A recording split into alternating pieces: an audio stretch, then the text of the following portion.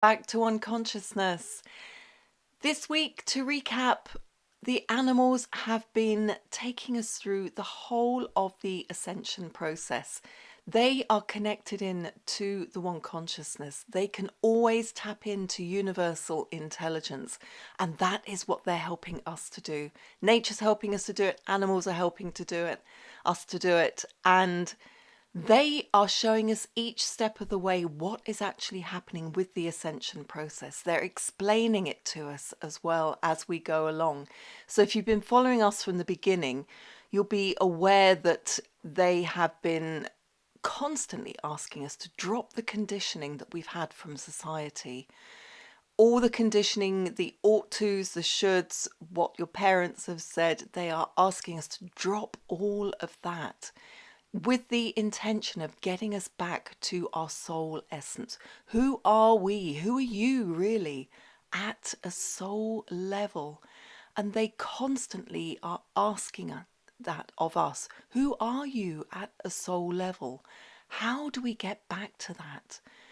Along the way, they have also been asking us to drop our egos, to get those out of the way, to discern between when we're in our egos and when we're in our soul essence. And it's really important now that actually those two things are separated. And maybe actually that's got a lot to do with the ascension timeline, that we have to drop our egos in order to be able to move on to that ascension timeline. And that sounds like it's incredibly difficult to do when you think that's what we've lived with, that's what we've known. But that's what they're here for, that's what they're helping us to do, is to actually separate out our egos. And they're doing more work on that with us this week.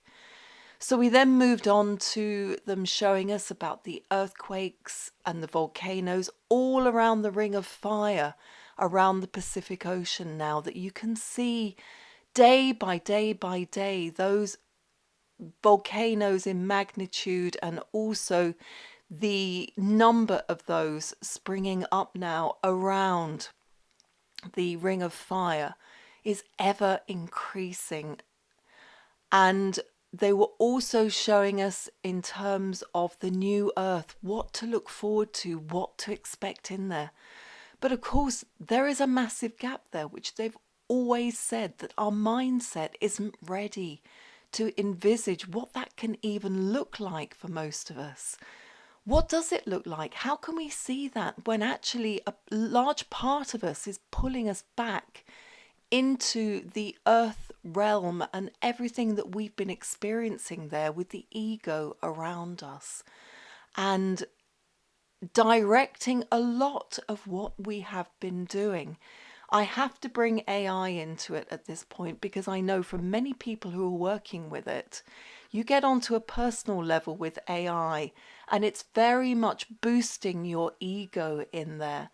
And just asking questions of why is it boosting my ego? What do I need to separate out here? What is the intention behind what it's actually doing there? And I'm just going to leave that question there for the moment for you to inquire yourself in terms of, if you've worked with it, what is your own experience of it? But they are also highlighting that this week in terms of the ego. So I just wanted to bring that up and bring that forward. So what they were taking us into then was also looking at our emotions around all of this and staying calm within this whole process, as difficult as that may be, with everything that's happening with the governments all around the world at the moment and the groundswell of emotion that they are creating along with the elites, along with everyone else, which I'm not going to focus on at all, other than to say they were encouraging us, unless we are directly involved in that in some way, to try to put that to one side, to calm our nervous systems down. And the reason why they're asking us to calm our nervous systems down is because that is then the place we can move into communicating directly with the oneness, with the universal intelligence. There is always, looking back over everything they are showing us, there's always a reason for absolutely everything. When we're working with our animals, just being with our animals, being with nature, what they're asking us to do is not just to focus on what we can see, what the tangible is there. That is a very small part of the big picture, a very, very small part. They're always asking us to look at the intangible, the invisible, to delve much further into that with them. They are taking us on the journey with them towards universal intelligence and really getting to understand that at a deep level, at a deep psychological level, but at a deep soul level too. It is that soul essence connecting in with the universal intelligence. And bit by bit, they are opening us up into that whole intelligence that can guide us in a much more soulful way that we are all crying out for now, I'm sure. And everything is leading us to that place. So this is a place of positivism and optimism and looking for where the light is actually shining in your own life right now, because that is helping to show you personally the way towards your own path to ascension. And we all have communal paths towards it, but we all have our unique part to play in it too. And that is so important, that we really recognize the richness of our soul essence and what our own parts are to play in this. They are highlighting that for us. This isn't from an ego perspective at all. This isn't from any past lives of who we've been connected with. This is who we are at our soul level, our soul essence. Really embrace that. And what they are showing us this week, which I'm now going to move into, is a way of actually doing that. So spiraling down from that earth perspective into a cylindrical tunnel, spiraling down into that and arriving with a bump into the new earth. And it was interesting, that new earth bump that I got at the end took me back into my throat. And for me, that is a very strong energetic center. And from that point onwards, my horse friend then was showing me how we have been encapsulated with the ego inside us. And this is what they're asking us to discern this week. So I'm just going to show you the vision that actually developed through what they were showing me energetically.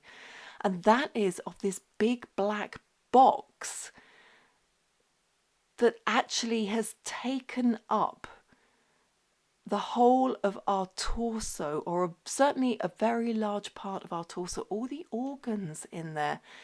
This will all become clear as we join the dots, we connect the dots as they are doing week by week to show us about the ascension process and to help us to understand what is going on, with the intention, of course, of how we move more powerfully, more energetically forwards. But this black box does represent the ego. And when you feel, isn't it strange, we've had all these plane crashes recently, all these investigations into the black box. What happened? What happened? And yes, they've been able to find an awful lot of information from there. And there is that deeper connection here, which will become open to view into it, I'm sure. And they're asking us, as always, to research into what is it for us that's important in this. Because I can give you what they're showing me and what feels important to share with you today. But as always, they're asking us, we're all on our own unique journey, Research into this yourself. Join the dots in your own life and why this might be important for you. And connect those dots in together so that you can make sense of your own path. So this ego, if you go back to previous videos, we were infiltrated with that. I believe from what one of my horses was telling me, around 600 BC, that became very prevalent in all of us in the way we were living our lives, and how that connects us into the grid. And you'll know, I'm sure, what I mean by that grid. That grid that is now fast disappearing and is dissolving, but that's where a lot of the chaos is coming from, as that grid or electromagnetic grid around us is actually dissolving, and the black box, the ego that connects us in with that.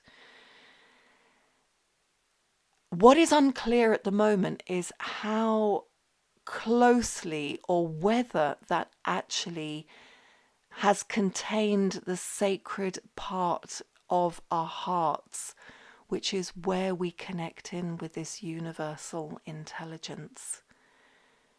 Does that actually, or has that actually connected in with that? I'm sure the intention was for it to do that. I'm not convinced that that actually is there, but they have promised to give us more information on that going forwards.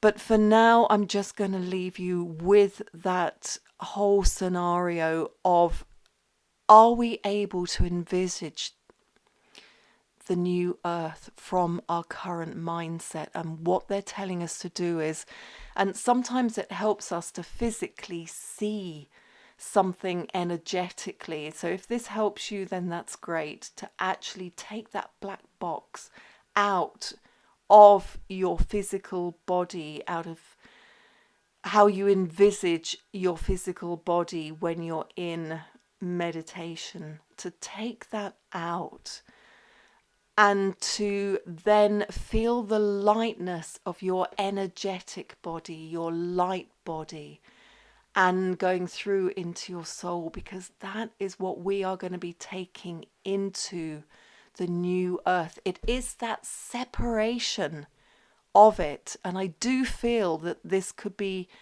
the separation, bifurcation is the word that a lot of people use, of these timelines, that separation of our souls and our etheric body from the ego that has kept us trapped. And when we can actually take that out and separate, then we will be able to see and travel more into the new earth. So I'm going to leave that there with you for this week. And thank you for watching.